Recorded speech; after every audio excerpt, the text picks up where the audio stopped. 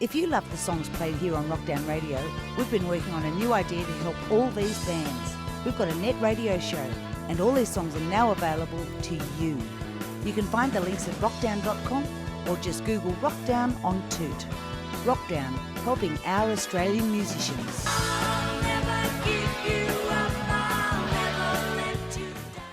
Welcome back. My guest is Jo Creighton, and we're just in America at this stage in the interview with Olivia Newton-John. Yeah.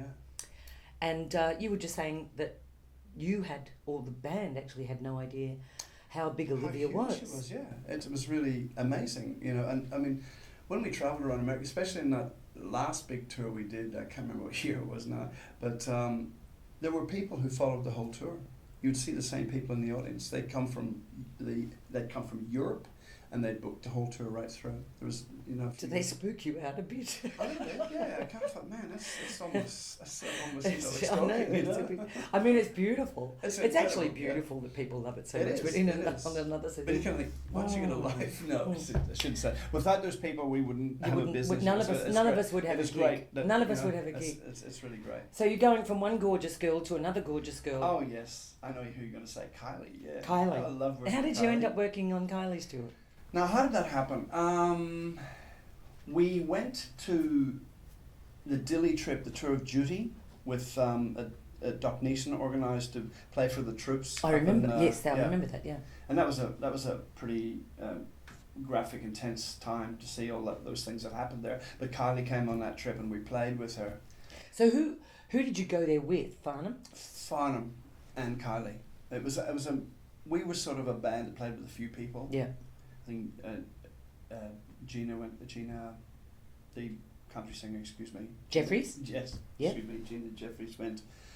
And it was a big show just to help play for the troops, you know, boost the morale of the troops. It was playing to a lot of people. I mean, I think we must have played about 5,000 troops. Wow. You know, but the things we saw there were pretty graphic. Horrendous. And the stories here, it was just like, it was a real eye-opener, just being straight into that, you know. But anyway, so we worked with Kylie, and then we did, I can't remember if it was just before or just after, we did a tour in, I think it was before it actually, I should say.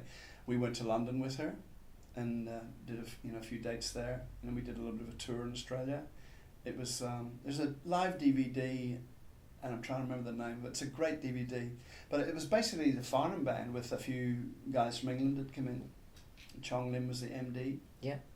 Did Linz go? No, Linz didn't go because she had her own backing vocals. Oh, okay. Vocals that she wanted to use. It was really good fun to do. I really enjoyed working with her. And she's very, Kylie's very self-determined. She's running the show. There is no doubt about that. A lot of people don't think she is. They always think because of the old stock Aiken Waterman thing that she's been kind of moulded by people behind the scenes. She is very much driving the whole thing. And what you see that she does is what she wants you to see. And that's what it is. She's very much in control. I have a lot of respect for her too because of that. Well, I think everyone does now. Yeah. I mean, she's stood the test of time. Yes, indeed. Yeah. Let's talk about your bands. Let's talk about you, Jo. Which one? That was the $1 million question. Okay, let's talk about right at this moment. Right. Okay. Right at this moment, I'm currently playing with the Black Sorrows. You know, I still tour with the Black Sorrows. We did in the last few months. I think in November we did 20 gigs. You know, December was about 10 or 15 or so. But it keeps rolling on. But in between all this, I have my own project called Into the Mystic, which is kind of going back to my roots, back in those days in Belfast, watching Van Morrison and them play. And I just thought that, well, Van doesn't really come here, and I have a passion to sing. I love his music. And we kind of grew up with the same roots in a way. He was into all that kind of music I spoke about before, the Big Bill Brunsey and the John Lee Hooker and the jazz thing. So I sort of feel like I have an insight into his music. So this is the Van Morrison show is your latest project. Yes, it is, yes.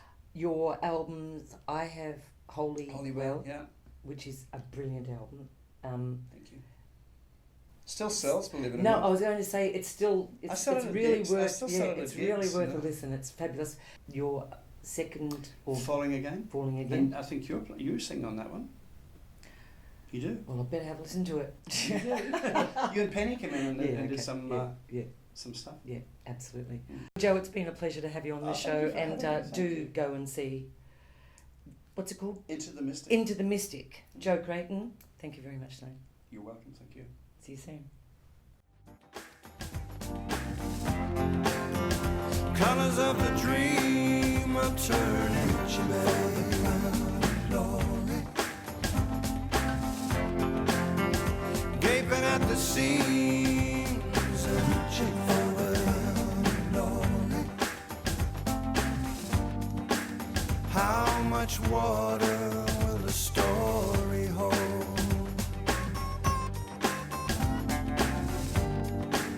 Flooded with ideas, holding out for gold.